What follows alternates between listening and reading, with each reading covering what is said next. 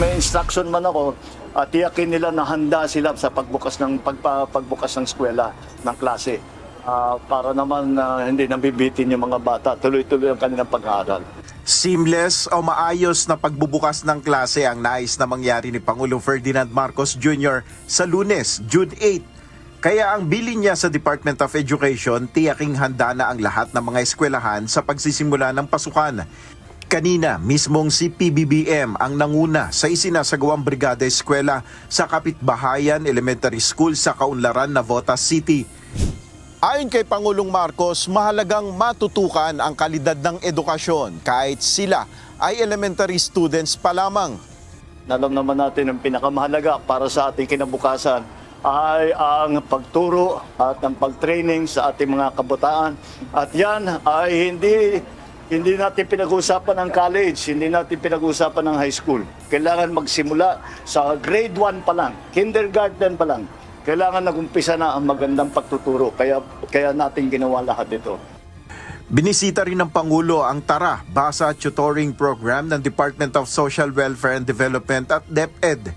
Dito personal niyang pinangunahan ang isang interactive storytelling session kasama ang mga batang mag-aaral.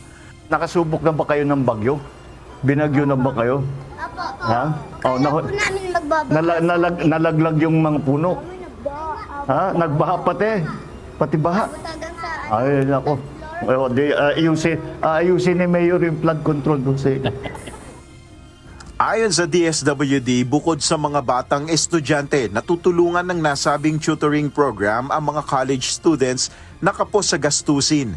Yung mga college students na nahihirapan makatapos dahil sa kakulungan ng pinansyal ay in-enlist natin as tutors sa mga public schools. So taon-taon, every summer, mga incoming grade 2 students yung tinuturuan nila magbasa.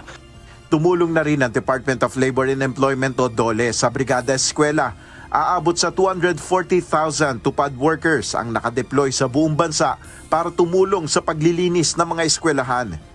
Is pati landscaping sa ibang probinsya, yung mga gates, kasi pasukan na eh. So para mabilis na yung pagkukumpuni. Umaasa naman si DepEd Secretary Sani Angara na malaki ang maitutulong ng pagsisimula ng 3-term school calendar sa buong bansa. Well, we're hoping na mas maganda yung learning outcomes dahil yung si teacher mas may oras siya maghanda, may oras siya mag-train, tapos mas konti yung exams na ibibigay niya. Tapos yung dun sa punto de vista naman po ng mag-aaral, mas may oras siya for tinatawag na deep learning o talagang mag-concentrate sa pag-aaral niya dahil dun sa lumang sistema parang habol ng habol yung teacher tsaka yung mag-aaral. Sa panukalang school calendar para sa school year 2026 hanggang 2027, ang 201 school days ay hahatiin sa 3 termino. Bawat termino ay magkakaroon ng mas mahahaba, tuloy-tuloy na araw ng pagtuturo upang mas maayos ang pacing ng mga aralin. Magkakaroon din ng nakatakdang breaks sa pagitan ng mga termino para mabigyan naman ng sapat na oras ang mga guro na makapaghanda sa lesson planning at iba pang professional task. Nel Maribuhok, UNTV News and Rescue, Diyos ang aming sandigan, serbisyo publiko ang aming pinaalagahan.